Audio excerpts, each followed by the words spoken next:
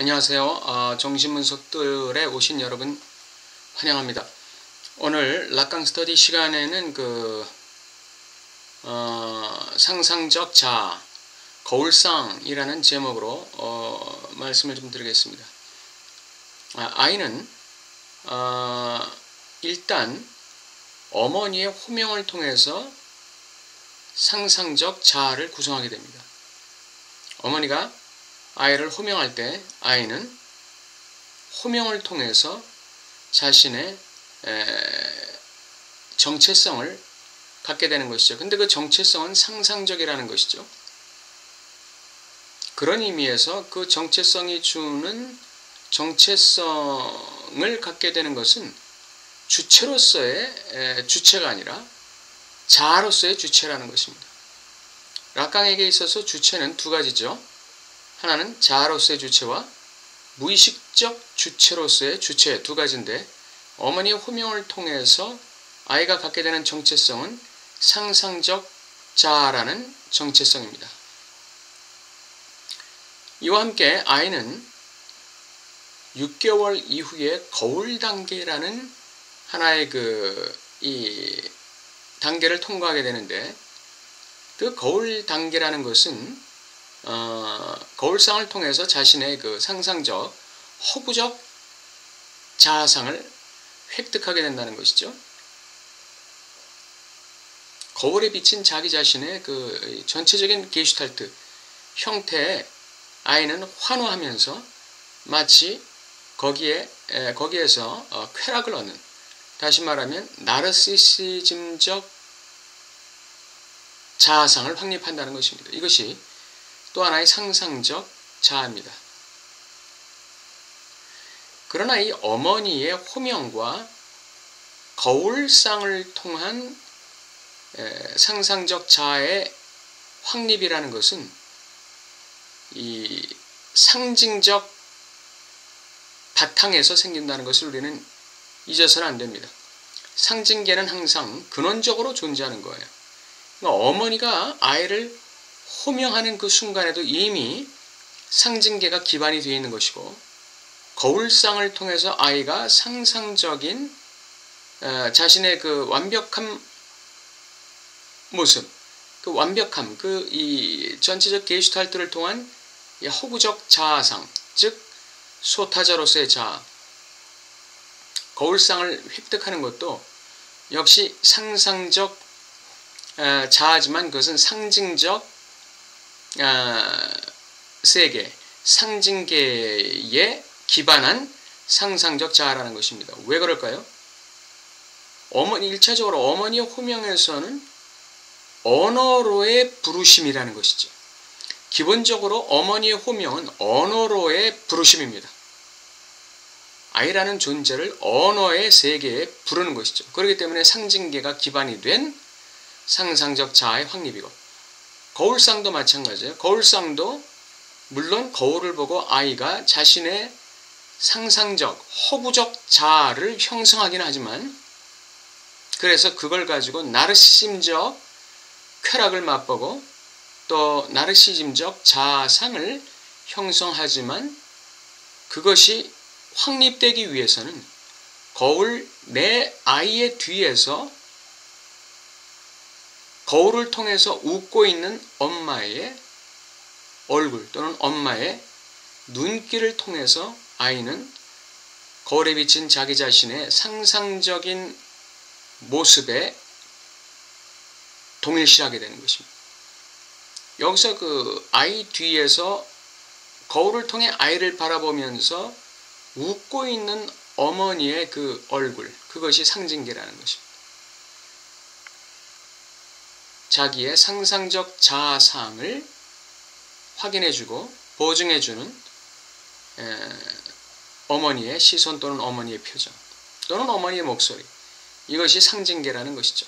그러므로 락강의 그 거울 단계 또는 거울상, 거울자라는 그 의미, 그것은 이 아이의 상징계가 형성되기 전에 먼저 그 상상계가 형성되는데, 그 상상계는 상징계를 기반으로 한 상상계라는 것. 그래서 어머니의 호명을 통해서 아이가 들어가는 세계는 상상계가 아닙니다. 상상적 상징계에 들어가는 것이죠. 상징계에 들어가는데 상상적인 모습을 취하면서 상징계로 들어가는 것이죠. 거울단계도 마찬가지예요. 거울단계도 자신의 상상적인 허구성, 허구적인 자아, 상상적 자아를 획득하게 되지만 그것이 자아의 정체성이죠. 그렇지만 그것은 어머니의 보증이라는 상징계를 근거로 하는 이 상상적 자아라는 것을 우리는 기억해야 됩니다. 아이는 왜 자신의 상징계를 획득하기 전에 먼저 상상계를 통해서 자신의 허구적 자아를 먼저 구성할까요? 그냥 바로 상징계에 자신의 토퍼스 위상, 위치를 확립하면 좋겠는데 상징계에 진입하기 전에 먼저 상상적 상징계에 진입한단 말이죠. 그때까지의 아이의 주체라는 것이 아직은 너무 빈약하기 때문이 아닌가 그런 생각을 합니다. 아이는 자신의 몸을 분열된 존재로 지각하고 있던 때죠. 그런데 거울상을 봤더니 자기가 완벽한 하나의 게슈탈트란 말이죠. 그러니까 아이의 정체성은 여기에 리비도 고착이 되는 것입니다. 이 거울상의 리비도 고착이 되는 거예요. 그래서 이러한 거울상으로 거울적 자아, 상상적 자아로 이 상징계적인 주체의 현실적 파편화된 자아, 파편화된 주체로서의 자기의 말하자면 균열을 가리는 것이죠. 예. 그러니까 무의식적인 지각을 통해서 파편화된 자아로 인식하고 있는 자기를 거울상을 통한 상상적 자아로 가리고 있는 것입니다. 그렇기 때문에 이 상상적 자아와 파편화된 몸으로서의 이 상징적 주체는 서로 간에 공격관계, 서로 간에 공격관계를 구성하고 있는 것이죠. 그러다 결국은 이것이 부명이라는 상징계적 상징계의 호명을 통해서 이제는 아이는 상상적 자아의 허구성을 벗으면서 균열의 세계, 분열의 세계, 결의의 세계,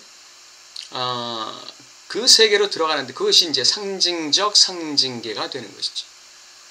부명은 진정한 상징계입니다. 그러니까 현실적 상징계이며 진정한 상징계이기 때문에 이걸 상징적 상징계라고 그래요. 부명은 아이를 상상적 상징계에서 상징적 상징계로 불러내는 것이죠. 여기서 아이의 분리가 일어납니다. 주체의 분리가 일어납니다. 물론 아버지의 호명을 받기 이전에 아이는 1차적인 분리 과정을 거친다고 했죠. 그것이 뭡니까? 엄마에게 실망하는 것입니다. 엄마에게 좌절하는 거예요. 좌절하면서 왜 엄마가 나에게 이렇게 말할까? 왜 엄마가 나에게 이런 태도를 가질까? 왜 엄마가 나에게 이렇게 부실한 자세로 나를 대할까? 라는 데 대한 아이의 질문이 생기는 것이죠. 그것을 캐보이라고 그랬죠. 그것은 자신의 상상적 동일성, 상상적 정체감을 확립해주고 있는 어머니라는 상징계의 균열이 아이에게 지각되는 것이죠. 어머니라는 상징계의 결여를 지각하면서 첫 번째로 아이는 캐보이라는 질문을 던지면서 엄마와의 분리에 착수하게 되는 것입니다.